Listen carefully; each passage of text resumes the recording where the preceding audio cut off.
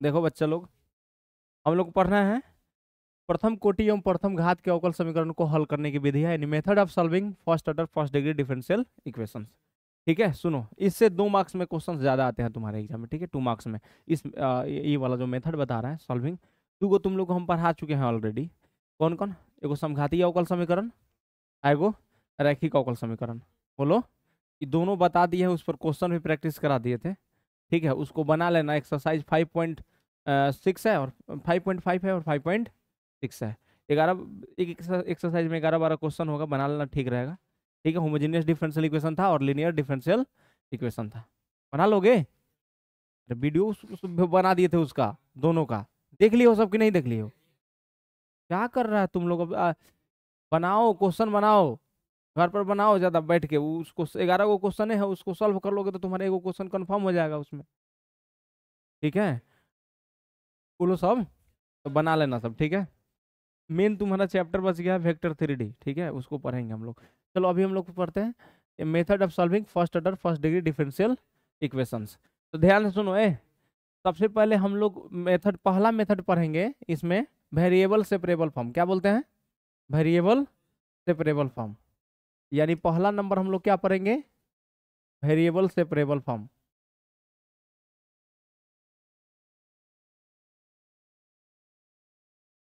Variable separable separable form, इसको short में बोलते हैं VSF का, वेरिएबल सेपरेबल फॉर्म, यानी पृथक्करण चर विधि। पृथक्करण चर विधि हिंदी में क्या बोलते हैं? पृथक्करण चर। ठीक है, पृथक्करण सेपरेबल को पृथक्करण मतलब अलग अलग। ठीक है, पृथक्करण चर विधि। ठीक है, पृथक्करण चर विधि में से हम लोग को मतलब सॉल्व करना है वेरिएबल सेपरेबल फॉर्म। ठीक है, तो कैसे इसमें होता है बनाने का तरीका, वो हम लोग समझते हैं। ठीक है, वेरिएबल सेपरेबल फॉर्म में क्या होता है कि देखो, इसमें हम लोग क्या करते हैं कि मान लो, ए बच्चा लोग देखो, दिक्कत होगा तो बोलना। मान लो एक फलन है dy/dx बराबर, मतलब एक डिफरेंशियल इक्वेशन है, एक अवकल समीकरण है dy/dx बराबर fx इंटू जी वाई। सुन लो ध्यान से हम क्या बोल रहे हैं। यह एक अवकल समीकरण है जिसका जिसका कोटि एक है, मतलब ऑर्डर एक है और डिग्री भी एक है। समझ रहे? ऑर्डर डिग्री दोनों 1 है। हम यहाँ लिख दिया है first order first degree differential equation को सॉल्व करने का मेथड हम लोग पढ़ रहे हैं, फर्स्ट ऑर्डर फर्स्ट डिग्री। तो फर्स्ट ऑर्डर फर्स्ट डिग्री ये डिफरेंशियल इक्वेशन है जिसका ऑर्डर 1 है और डिग्री भी क्या है? 1 है। क्योंकि देखो डी का पावर 1 है तो ऑर्डर कितना हुआ? 1। इसका होल पावर कितना है? 1 है, तो डिग्री भी कितना हुआ? 1। यानी इस डिफरेंशियल इक्वेशन का ऑर्डर भी 1 है, डिग्री भी 1 है। तो वेरिएबल सेपरेबल फॉर्म में क्या होता है ना, इस डिफरेंशियल इक्वेशन को सॉल्व करने के लिए, सुन लो कैसे सॉल्व करते हैं, क्वेश्चन भी प्रैक्टिस करा देते हैं। एक भी क्वेश्चन नहीं छूटना चाहिए। ठीक है, देखो हम लोग इसको सॉल्व करते हैं तो सबसे पहला काम क्या करते हैं कि ये बात ध्यान में रखते हैं कि dx डिनोमिनेटर में नहीं होना चाहिए। वेरिएबल सेपरेबल फॉर्म में ये बात ध्यान में रखना कि dx को डिनोमिनेटर में नहीं रखना है। यानी ना तो dx डिनोमिनेटर में होना चाहिए, ना तो dy डिनोमिनेटर में होना चाहिए। मतलब dx को अंश में रखना है, मतलब नोमिनेटर में रखना है। ठीक है, चलो, और dy को भी नोमिनेटर में रखना है। तो dy तो ऑलरेडी नोमिनेटर में है, बताओ। तो हम लोग क्या करेंगे, तुमको बोल रहे हैं कि यहाँ dy लिख दो, इधर कितना है? fx इंटू जी है, तो तुम इधर dx को लेके चल जाओ। नहीं लेके चल गए जी?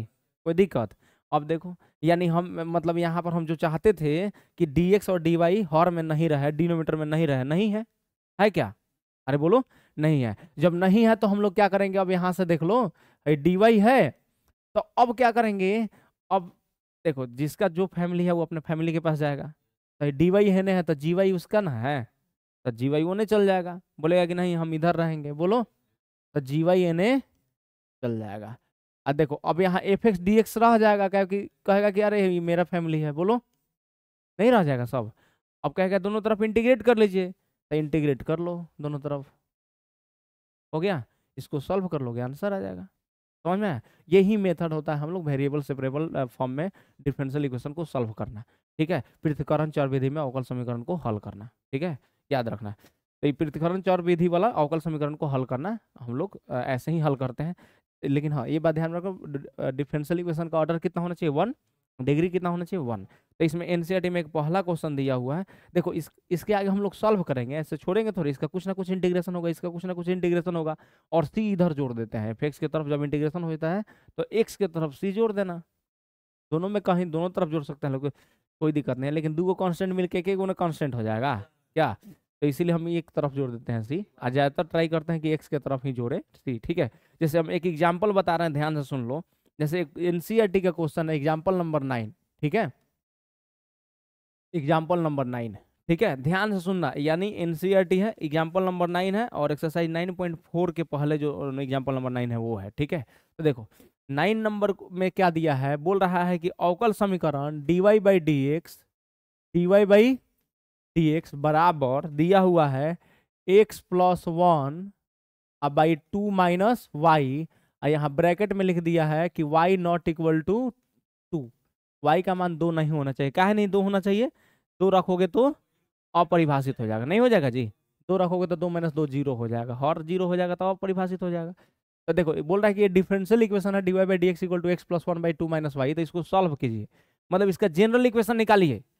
तो जनरल इक्वेशन में बताया है उसमें आर्बिट्री कांस्टेंट होता है, बोलो, अरे बताया है ना जी, जनरल इक्वेशन में क्या बताया है कि उसमें आर्बिट्री कांस्टेंट होता है, स्वेच्छाचार होता है, लेकिन जो पार्टिकुलर सोल्यूशन होता है विशिष्ट हल, उसमें आर्बिट्री कांस्टेंट नहीं होता है, ये सब लिखा है ना।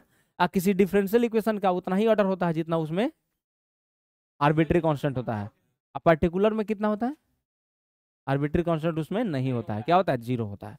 तो चलो ध्यान सुनो, इसको सॉल्व करते हैं। तो हम बोले हैं ना कि dx और dy मतलब डिनोमिनेटर में नहीं होना चाहिए, तो सबसे पहले क्या करेंगे बताओ, हम लोग लिखेंगे dy equal to x+1/2 - y dx लिख सकते हैं। अब फैमिली को फैमिली से मिलाओ, क्या भाई 2 - y है तो dy की तरफ करना है वो, तो इधर कहाँ है, बोलो उधर जाओ, तो क्या हो जाएगा 2 - y dy, नहीं हो गया, इक्वल टू कितना हो गया x+1 dx, हुआ कि नहीं हुआ। अब दोनों तरफ तुम इंटीग्रेट कर दो, दोनों तरफ तुम इंटीग्रेट करो। अब बताओ 2 इंटू डी वाई, बोलो सब इंटीग्रेट, -y dy इंटीग्रेट, इधर x dx integrate, +1 dx integrate, नहीं होगा क्या, तो ये हो जाएगा तुम्हारा 2 और dy का इंटीग्रल y -y का integral y²/2 equal to x का इंटीग्रल x²/2 और dx का इंटीग्रल x, इधर c जोड़ दो, समझ में आ गया, सॉल्व हो गया। ये 2 मार्क्स में तुम लोग एग्जाम में ऐसे पूछा जाता है, एकदम सिंपल सिंपल रहता है, कोनो बहुत बड़ा नहीं रहता। इंटीग्रेशन तुम्हारा अगर ठीक है तो इसको बनाना और आसान है, बोलो बना सकते हो। तो ये हो गया, यानी इसी को हम लोग लिख देते हैं, एलसीएम ले लोगे तो 2 उधर चला जाएगा, कोई दिक्कत नहीं है, इतना रहना है रखना। देखो इसको क्या कर देता है, कभी कभी लिख देता है ना, इसको लिख देगा, देखो अब मैं 2 से मल्टीप्लाई कर दो तो कितना हो जाएगा 4y, इसमें 2 से मल्टीप्लाई करोगे तो -y², इधर 2 से मल्टीप्लाई करोगे तो x², इसमें 2 से मल्टीप्लाई करोगे तो 2x प्लस 2c। अब इसी को लिख, 2c को क्या लिख देता है यहाँ पर आर्बिट्री का, 2c को के लिख देगा, कोई दिक्कत नहीं है। तो ये क्या हो जाएगा जी, इधर इधर इधर तुम 0 कर दो तो इधर क्या हो जाएगा x² -y² इधर आएगा तो +y², अब प्लस कितना 2x अब -4y, बोलो, अब +2c के जगह पर क्या लिख दे k, जहाँ k बराबर कितना, मतलब where k equal to 2c, हो गया, समझ में आ गया, कोई दिक्कत है। तो ये हो गया। चलो दूसरा क्वेश्चन देखो, अभी लिखो नहीं, देखो दूसरा क्वेश्चन है, एक हो गया क्वेश्चन, दूसरा नंबर क्वेश्चन ध्यान से देखो, दूसरा नंबर क्वेश्चन है, इसमें दिया हुआ है dy/dx equal to 1 + y²/1 + x², बोल रहा है कि इसको सॉल्व कीजिए। ऐसे क्वेश्चन तुम लोग को 2 मार्क्स में आएंगे एग्जाम में, ठीक है, याद रखना, बिहार बोर्ड एग्जाम में। अच्छा ये बात बताओ, बोर्ड में एग्जाम में आता है, बिहार बोर्ड सीबीएसई सब में आता है, ठीक है। अच्छा देखो अब ये ध्यान से सुन लो मेरा बात, देखो ये कौन सा सॉल्यूशन आया है आर्बिट्री, मतलब ये जो सॉल्यूशन व्यापक हल आया है कि विशिष्ट हल, व्यापक का है, इसमें आर्बिट्री कांस्टेंट है के, ठीक है, यानी ये जनरल सॉल्यूशन है। जनरल सॉल्यूशन मतलब हिंदी में क्या बोलते हैं उसको, व्यापक हल, ठीक है, क्या है, क्योंकि इसमें आर्बिट्री कांस्टेंट है। जब आर्बिट्री कांस्टेंट नहीं रहेगा तो क्या हो जाएगा, पार्टिकुलर सॉल्यूशन हो जाएगा, यानी विशिष्ट हल हो जाएगा। देखो यानी अगर इस क्वेश्चन को हम लोग सॉल्व करें, बोल रहा है कि इसको हल कीजिए, हल कीजिए मतलब इसका सॉल्यूशन निकालिए। सॉल्यूशन यानी जनरल सॉल्यूशन निकालने के लिए का बात कर रहा है क्वेश्चन में। तो हम लोग क्या करेंगे, देखो सबसे पहले फिर क्या बोले हैं बोलो, डी वाई इक्वल टू क्या लिख दें, 1+y² / 1+x² dx लिख दें, और फैमिली वाला को फैमिली वाला की तरफ भेज दो। तो डी वाई आई 1+y², इधर कितना है dx, और नीचे कितना है 1+x², दोनों तरफ इंटीग्रेट कर दो, हो गया। तो 1/1+y² का इंटीग्रल tan इनवर्स y, और 1/1+x² का इंटीग्रल tan इनवर्स x, अब प्लस c हो तो गया, बोलो कौन दिक्कत, तो हो गया ये आंसर। नेक्स्ट देखा जाए, ये क्या हुआ, कौन सा सॉल्यूशन हुआ, जनरल सॉल्यूशन हुआ। तीसरा नंबर क्वेश्चन देखो, तीसरा नंबर क्वेश्चन में बोल रहा है, एक दिया हुआ क्वेश्चन बोल रहा है कि विशिष्ट हल ज्ञात कीजिए, यानी पार्टिकुलर सॉल्यूशन निकालना है। सुनना, एग्जाम्पल नंबर क्या है ये, हम लोग एग्जाम्पल 9 था, हाँ एग्जाम्पल क्या था 10 लिख देना, ये example number 10, NCERT example number 10, ठीक है। अलग से भी बता सकते थे, लेकिन ये सब डायरेक्टली तुम लोग को बोर्ड एग्जाम में आ जाता है एग्जाम्पल वाला, तो एग्जाम्पल वाला कर लेते हैं तो अच्छा रहता है, ठीक है, बोर्ड एग्जाम के लिए। अच्छा देखो एग्जाम्पल नंबर 11, ये क्या दिया हुआ है, देखो इसमें दिया हुआ है dy/dx equal to, dy/dx equal to कितना, dy/dx इक्वल टू दिया हुआ है -4xy²। अब बोल रहा है कि इसका विशिष्ट हल ज्ञात कीजिए, यानी पार्टिकुलर सॉल्यूशन ज्ञात कीजिए। पार्टिकुलर सॉल्यूशन इसका हम लोग को निकालना है, पार्टिकुलर सॉल्यूशन इसका फाइंड करना हम लोग को, ठीक है। तो जब पार्टिकुलर सॉल्यूशन फाइंड करना है तो देखो इसमें कुछ कंडीशन दिया हुआ उसमें कि इफ वेन, इसमें देखो क्या दिया हुआ, when x equal to 0 then y equal to 1, मतलब तब बोल रहा है कि पार्टिकुलर सॉल्यूशन निकालिए, ठीक है। ये गिवन है, जब x बराबर 0 तो y बराबर क्या है 1 है, तो बोल रहा है पार्टिकुलर सॉल्यूशन निकालिए। तो सबसे पहले हम लोग पहले जनरल सॉल्यूशन निकालते हैं, ठीक है। उसके बाद x के जगह पर 0 रख देंगे, y की जगह पर 1 रख देंगे, तो c का वैल्यू निकल जाएगा, और c का वैल्यू निकल जाएगा तो उसमें पुट कर देंगे तो पार्टिकुलर हो गया। जनरल सॉल्यूशन से पार्टिकुलर बनाते हैं हम लोग। तो पहले तुम निकालो कौन सा सॉल्यूशन निकाले पहले इसका, तो चलो हम लोग लिखेंगे dy इक्वल टू -4xy² का लिख दे, dx लिख दे। अच्छा ये बात बताओ, dy/y² को इधर भेज दो, बोलो i इक्वल टू कितना हो जाएगा, -4x dx नहीं हो जाएगा क्या, समझ में आ रहा है। अच्छा दोनों तरफ इंटीग्रेट करना है, तो y² को ऊपर लेके चल जाओ, तो y का पावर -2, बोलो सब dy इंटीग्रेट करो, इधर -4 बाहर, x dx इंटीग्रेट करो, बोलो समझ में आ रहा है। तो y का पावर -2 का इंटीग्रल कितना, y का power -2 + 1 by -2 + 1 equal to -4, x का इंटीग्रल x²/2 प्लस c, तो ये हो गया तुम्हारा। देखो y का पावर -1 हो जाएगा, और नीचे -2 + 1 -1, तो -1/y लिख दें। अब बकलोल, y का पावर -1 को 1/y, -1 आएगा तो -1 नहीं लिख सकते हैं, और यहाँ पर हो जाएगा कितना -2x² प्लस c।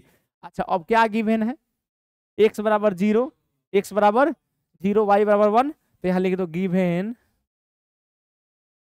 x बराबर 0 और y इक्वल टू 1। तो चलो ए रख दो इसमें, -1/y की जगह पर क्या रख दे 1 इक्वल टू 2, x की जगह पर 0, तो यहाँ पर -2 × 0 तो 0 है ना हो जाएगा, यानी c का वैल्यू कितना आ गया -1, c का वैल्यू कितना आ गया जी -1। अब इसको किस में पुट कर दो, इस इक्वेशन में पुट कर दो, ठीक है।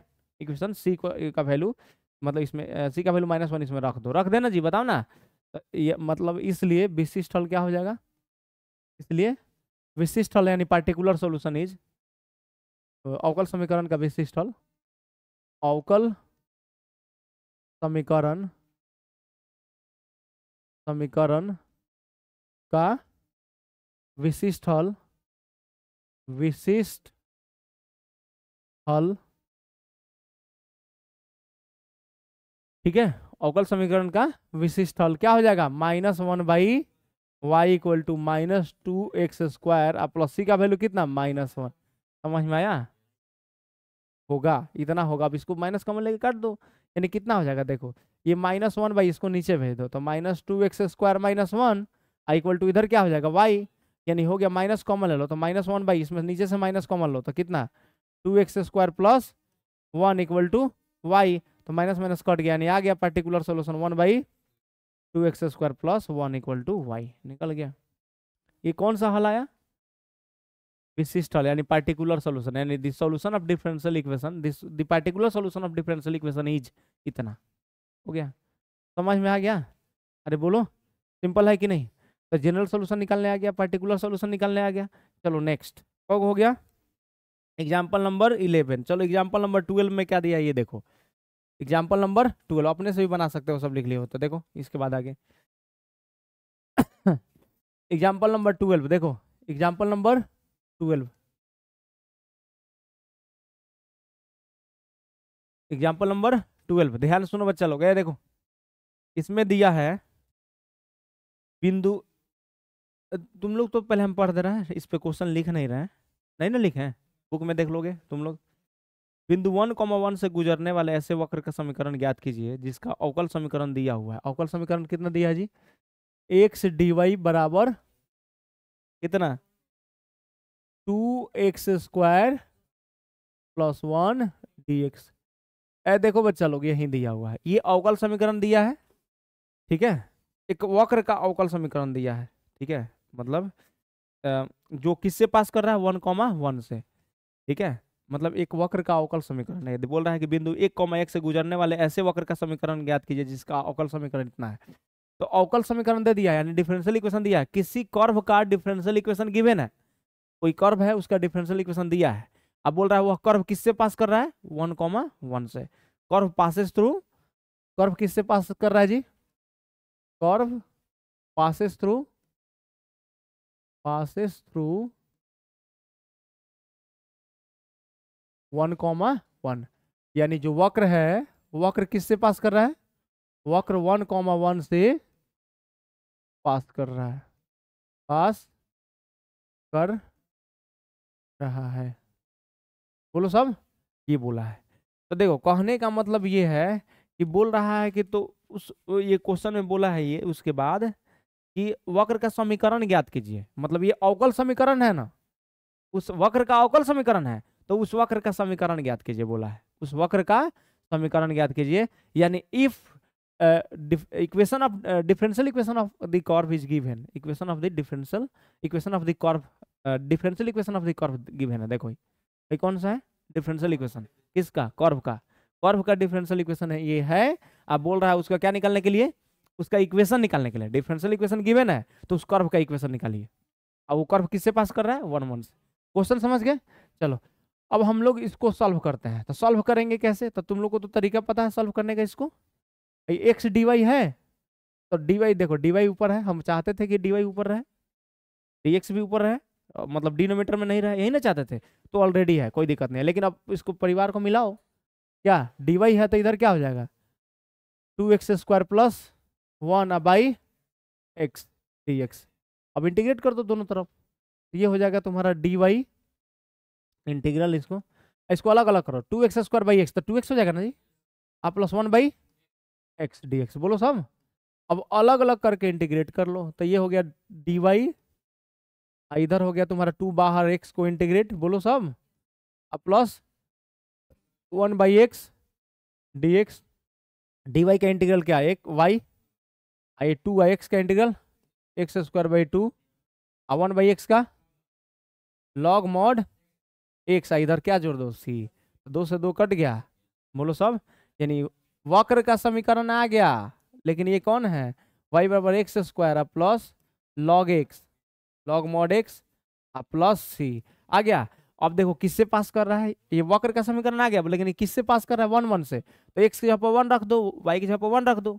बोलो वक्र का समीकरण आ गया, लेकिन इसमें c है, c का मान निकाल के रखना पड़ेगा ना। तो वह किससे पास कर रहा है वक्र, बताओ 1,1 से। तो लिखना है यहाँ पर चूंकि, यहाँ से क्या लिखोगे जी यहाँ पर, चूंकि, बोलो क्या लिखे यहाँ पर, चूंकि वक्र वक्र 1,1 से होकर जा रहा है, इसलिए x बराबर 1 और y बराबर 1। तो चलो रख दो तो y की जगह पर 1, देखो x की जगह पर 1 तो 1 का स्क्वायर 1 और प्लस लॉग x की जगह पर 1, 1 का मोड 1 हो जाएगा, प्लस c, तो 1 से 1 कट जाएगा ही, 1 से 1 कट जाएगा, log 1 का वैल्यू 0, तो c का वैल्यू क्या आ गया 0, यानी सॉल्यूशन क्या आ गया, इसमें c रख दो, ये इक्वेशन आ गया ना। इसलिए वक्र का समीकरण क्या हो जाएगा, इसलिए वक्र का समीकरण, हाँ, इसलिए वक्र का समीकरण बताओ क्या हो जाएगा, समीकरण हो जाएगा तुम्हारा y बराबर x square plus log mod x, C के जगह पर क्या 0 हो गया, यानी y बराबर क्या आ गया x square plus log mod x, निकल गया, समझ में आ गया, कोई दिक्कत। ये हो गया तुम्हारा एग्जाम्पल नंबर कितना है 12 हो गया, ठीक है। एग्जाम्पल नंबर 13 देखो, इतना समझ में आ गया। चलो एग्जाम्पल नंबर 13 देखते हैं।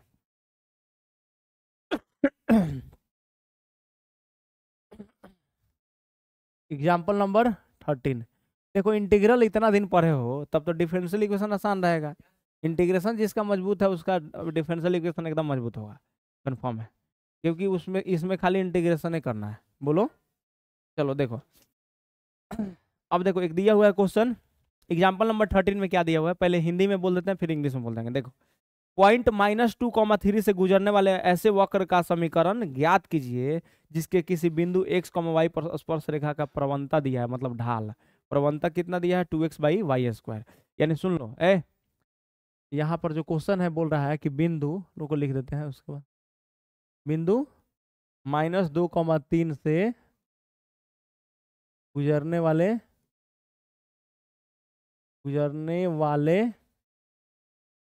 ऐसे वक्र का, बात मत करो, समीकरण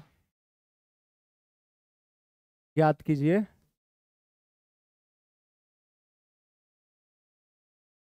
जिसके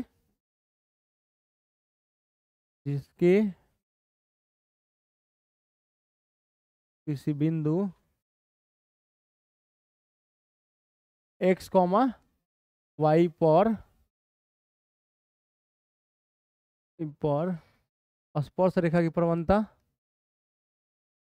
स्पर्श रेखा की प्रवणता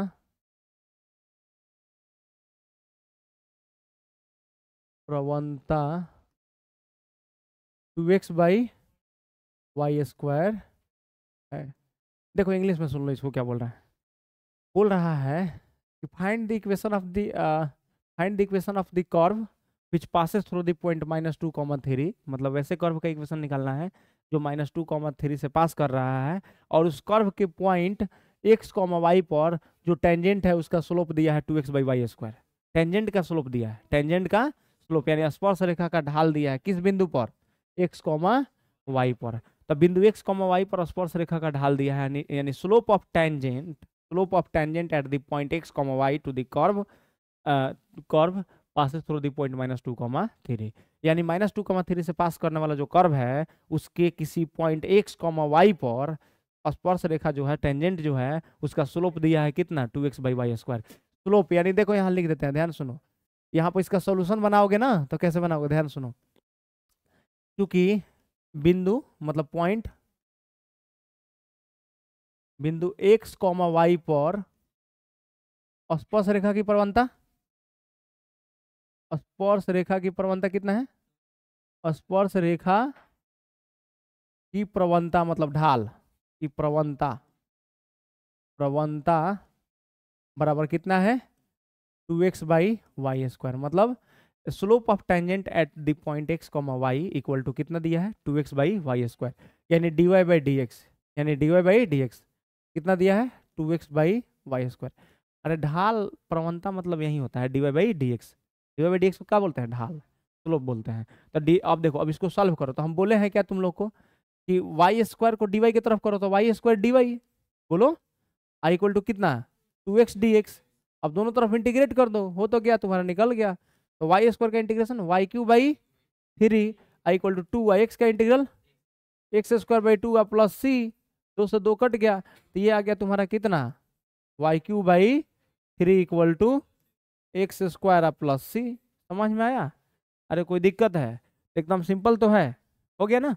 अच्छा अब बताओ, जब ये निकल गया, अब ये किससे पास कर रहा है ये बताओ, -2, 3, यह किससे पास कर रहा है, यह -2, 3 से पास कर रहा है, पास कर रहा है। ठीक है, इसलिए क्या हो जाएगा, एक्स की जगह देखो, एक्स की जगह पर क्या रखोगे, -2, वाई की जगह पर 3, तो 3 का क्यूब यानी 27/3 बराबर एक्स की जगह पर -2 का स्क्वायर 4 अब प्लस सी, यानी सी का माना जाएगा, देखो 27, 9 में सर गया 5, यानी सी का मान कितना 5, सी का मान आ गया। इसलिए वक्र का समीकरण, इसलिए वक्र का समीकरण, वक्र का समीकरण क्या हो जाएगा जी, वक्र का समीकरण हो जाएगा तुम्हारा कितना है, वाई क्यू बाई 3 बराबर एक्स स्क्वायर प्लस सी का मान रख दो इसमें, सी का मान कितना 5, हो तो गया, नहीं निकल गया, यानी हो गया वाई क्यू बराबर तुम्हारा कितना जी 3x स्क्वायर प्लस 15, निकल गया, कोई दिक्कत? इसको y इक्वल टू क्या लिख सकते हो तब, 3x square, 3x square plus 15 का होल पावर कितना 1/3 हो गया, 3 इन्हें जाएगा तो 1/3 हो जाएगा पावर, हो गया, कोई दिक्कत? चलो एक और लास्ट एग्जाम्पल इसका वो देख लिया जाए। इतना हो गया, 13 नंबर हो गया, 14 नंबर देखा जाए इसका क्या बोल रहा है, सुन लो क्वेश्चन, सुनो इंग्लिश में भी समझाएंगे। एग्जाम्पल नंबर 14 है, एग्जाम्पल नंबर 14 क्या दिया हुआ है सुन लो, किसी बैंक में मूलधन की वृद्धि, सुन लो, किसी बैंक में मूलधन की वृद्धि 5% वार्षिक दर से होती है। ठीक है, क्वेश्चन बोलो, किसी बैंक में, किसी बैंक में, बैंक में मूलधन की वृद्धि, मूलधन की वृद्धि 5% वार्षिक, वार्षिक दर से, की दर से, वार्षिक की दर से होती है, हो गया, कितने वर्षों में 1000 की राशि दुगुनी, दुगुनी हो जाएगी। देखो क्वेश्चन है कितने वर्षों में, देखो कितने वर्षों में 1000, 1000 रुपये की राशि, 1000 रुपये की, रुपया की राशि क्या दुगुनी हो जाएगी, दुगुनी हो जाएगी।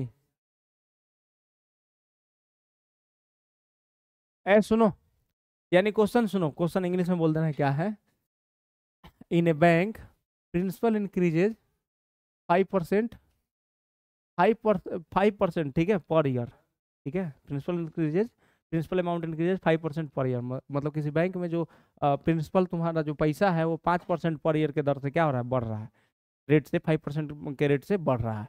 तो बोल रहा है कि in how many years 1000 double it self, समझ रहा है सब बात, यानी कितने वर्षों में 1000 का जो तुम डाल रहे हो उस बैंक में वो दुगुना हो जाएगा। तो सुन लो, ध्यान सुनो, तुम्हारे पास जो पैसा होता है ना जो बैंक में डालते हो वो तुम्हारा मूलधन है, उसको बोलते हैं प्रिंसिपल, ठीक है, बोलो, तुम जो पैसा तुम्हारा है, बोलो वो तुम्हारा क्या है, मूलधन, तुम्हारा पैसा तुम्हारा मूलधन है, उसको मूलधन बोलते हैं।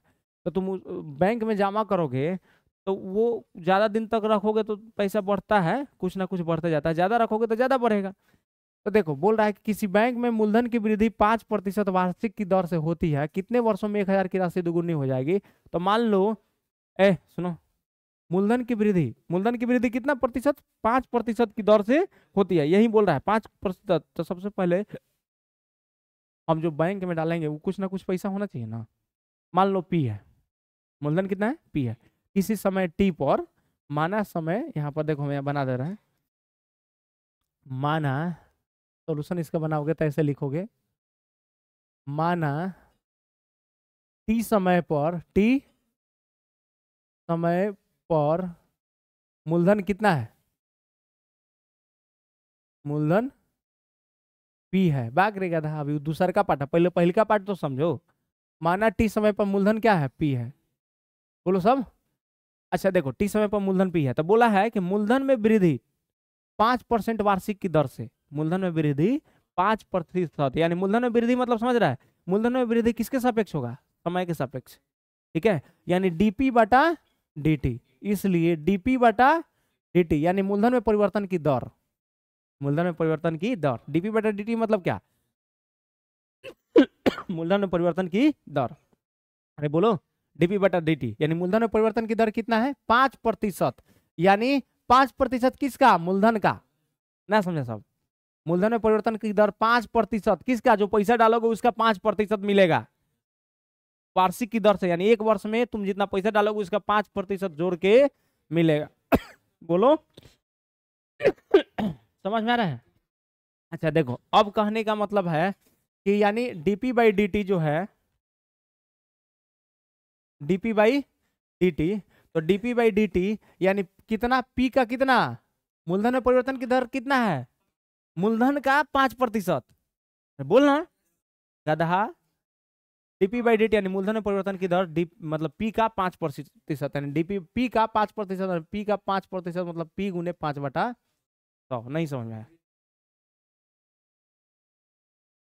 सुन पहले क्वेश्चन में क्या बोल रहा है, किसी बैंक में मूलधन की वृद्धि की दर यानी डीपी बाई डी वो कितना बढ़ रहा है, खाली ये है, पूरा थोड़े पूछ रहा है कि बढ़ गया तो कितना हो जाएगा। देखो, मूलधन में परिवर्तन की दर यानी डीपी बाई डी यानी मतलब देखो, change in principal with respect to time.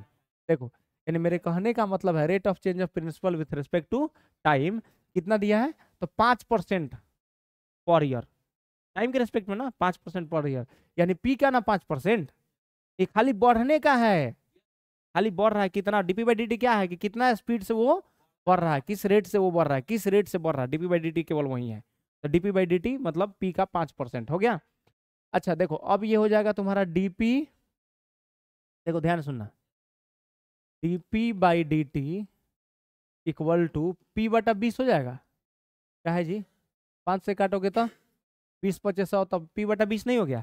अब देखो ए, डीपी की तरफ पी भेज दो, नीचे भेज दे, आई इक्वल टू 1/20 dt, अरे बोलो ना, दोनों तरफ इंटीग्रेट करो, तो 1/p का integral log mod P, log mod log P लिखो, कोई दिक्कत नहीं है।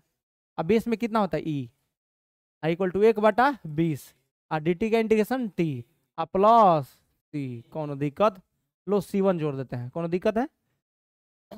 अच्छा तुम्हारा मन जोड़ना, ले गधा छे, जोड़ दिए सी, खुश है। चलो देखो ये, अब ये लॉग हटा दो, यहां से क्या करोगे, लॉग यहां से रिमूव कर लो। लॉग रिमूव कैसे करते हैं, तो देखो ई इधर जाएगा, तो p इक्वल टू क्या हो जाएगा, e⁻t/20 प्लस सी, भाई पूरा को माथा पर उठा लेगा कौन, ई, लॉग इधर से हट जाता है, तो जब लॉग हटेगा तो ई हेने जाएगा, भाई पूरा को माथा पर उठा लेगा, तो p बराबर ई का पावर t/20 प्लस सी। अरे बोलो, अब कहने का मतलब ये है कि हम लोग कर सकते हैं इसके बाद p बराबर आ गया आपका कितना जी, e⁻t/20 इंटू e⁻c, नहीं लिख सकते, गुना में आधार से में रहता है तो पावर जुट जाता है, यो नहीं पता है, e⁻t इसलिए रो रहा है, पता है तो देखो, अब यहाँ इसको लिख दो p बराबर e⁻c को क्या लिख दो k, तो k e⁻t/20 नहीं हो गया क्या। अब देखो ध्यान सुनो, जहां जहां k बराबर e का पावर c, नहीं समझ में आया, कोई दिक्कत है, इतना समझ में आ गया। अब देखो e⁻c की जगह पर k लिख दिए, ठीक है। अब देखो ध्यान सुनो, अ, अगर टाइम t इक्वल टू 0 होगा, अगर आप मतलब पैसा देते देते डबल हो जाएगा का है? पैसा दोगे 1000 तो t बराबर 0 पर अगर t बराबर 0 रखें तो कितना पैसा रहेगा तुम्हारा? 1000 ना रहेगा कि बता एक बार बढ़ जाएगा, 1000 देवे कर रहा है, अब बोल रहा है कि उसी समय डबल हो जाए। और राहुल गांधी कहती में देना भाई, इधर से आलू डालो उधर से पैसा निकालो, देखो सोना निकालो, देखो और पी बराबर, नाम से उन्हीं का ना फेमस है, देखो भाई, ठीक है। फेमस तो हुए ना है जी, नहीं क्या बात कर रहा है, पहले से लेकिन ठीक हो गए। देखो पी, ठीक है, तो यहाँ पर लिख दो एट टाइम, अरे बस हंसी मजाक के लिए बोले हैं, कहा है तुम लोग इतना सोच रहा है, छोड़ो। देखो टी बराबर 0 पर, टी बराबर 0 पर पी बराबर कितना? 1000 है, क्वेश्चन में बोला है कितने वर्षों में, तो मान लो कि टाइम टी बराबर 0 है तो कितना डाल रहे हो तुम पैसा उसमें? 1000। तो क्या हो जाएगा, पी के जगह पे 1000 रख दो, 1000 बराबर के ई का पावर टी के जगह पर 0, तो 0/20 0, तो ई का पावर 0 हो गया। अरे बोलो 0/20 0, टी के जगह पर 0, तो कितना आ गया? के का मान 1000, के बराबर ई का पावर 0 का मान 1, तो के का मान आ गया 1000। बोलो के का मान कितना? 1000। इसलिए है क्या हो जाएगा, पी बराबर क्या हो जाएगा, तो के जगह पे 1000 रख दो, तो 1000 e to the power t by 20। समझ में आया? अरे बकलोल, है जौन है, जब टी के जगह पर 0 रखे हैं तो के का मान निकल गया है, और के का मान निकल गया तो के का मान इसमें पुट कर दो, के का मान 1000 यहाँ रख दो, तो पी बराबर इतना हो जाएगा। अब बोलो, अच्छा अब बोलो, अब क्या बोल रहा है कि प्रिंसिपल अमाउंट 2000 हो जाना चाहिए, तो मान लो कि टी समय बाद 2000 हो गया, मान लो टी समय बाद, हाँ तो यहाँ पर टी समय बाद मतलब जैसे दुगुना हो जाएगा ना, बोल रहा है क्वेश्चन में, क्या बोला है? दुगुना हो जाएगा, तो यही ना बोला है जी। तो मान लो कि टी वर्षों में मूलधन क्या हो गया? दुगुना हो गया। यहाँ पर माना टी वर्ष में, टी वर्ष में देखो टी वर्ष में 1000 की राशि दुगुनी हो गई, 1000 की राशि दुगुनी हो गई, दुगुनी हो जाएगी। बोलो सब, मान लो, अरे बोलो, तो इसलिए अब पी के जगह पर क्या रखेंगे? 2000, क्योंकि अब टी वर्ष में दुगुना 1000 था तो दुगुना हो जाएगा तो 2000, यानी पी के जगह पर 2000 इक्वल टू 1000। अरे बोलो ना 1000 e to the power t by 20, अब 1000 से काट दो 2 बार में, तो 2 है ना आ जाएगा, अब e to the power t by 20, पहले बोलना यहाँ समझ जा।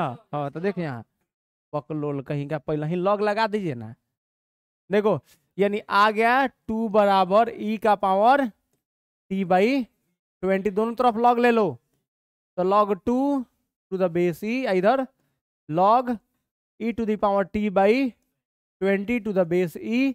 अब देखो log 2 to the base e, और ये t बाई 20 आगे मल्टीप्लाई हो जाएगा, तो t by 20 log e to the base e, बच गया। तो हम लिख देता नहीं, पहले लिख दी, बोला बहुत तेज हो जाता है सब एक बार। log 2 टू द बेस ई, तो ये हो गया t बाई 20, तो 20 इधर आ जाएगा, तो 20 log 2 to the base E equal to T I, इसका वैल्यू तो 1 हो जाएगा, तो इतना वर्ष हो गया। टी बराबर कितना वर्ष? 20 log 2 टू द बेस ई वर्ष, इतना वर्ष में क्या हो जाएगा? पैसा दुगुना हो जाएगा। 20 log 2 to the base E, log 2 के मान रख दो, log 2 का मान होता है जब बेस में 10 होता है तब होता है 0.30103, तो पहले इसको log बेस 10 में बदलना पड़ेगा। अब बेस 10 में कैसे बदला जाता है? बेस 10 में कैसे बदला जाता है? बेस चेंज में 10 में कैसे बदला जाता है? बेस 10 में बदला जाता है, तो बेस चेंज फॉर्मूला लगा के log के बेस में 10 ला देंगे, और जब log के बेस में 10 ला देंगे तो वैल्यू रख सकते हैं। बोलो हो नहीं जाएगा? हाँ तो बस इतना रहा ना, तो इतना ही आंसर दिया हुआ है, तो क्या लिख, तो देखो बच्चा सुन लो, देखो ये कंप्लीट हो गया तुम्हारा, ये जो कॉन्सेप्ट था